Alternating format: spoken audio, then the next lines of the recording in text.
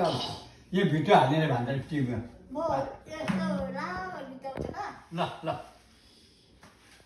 सिलो भन्दै सिलो हुन्छ होइन होइन त्यो गीत चाहिँ पहिले भन टुङ्ग्यौँ न सबै लामो जान्छ गीतै आउँदैन मलाई अहिले नि उहिले आउँछ त अनि भन न जस्तो आउँछ त्यस्तो भनिदेऊ न बुढालाई छिटो राख्ने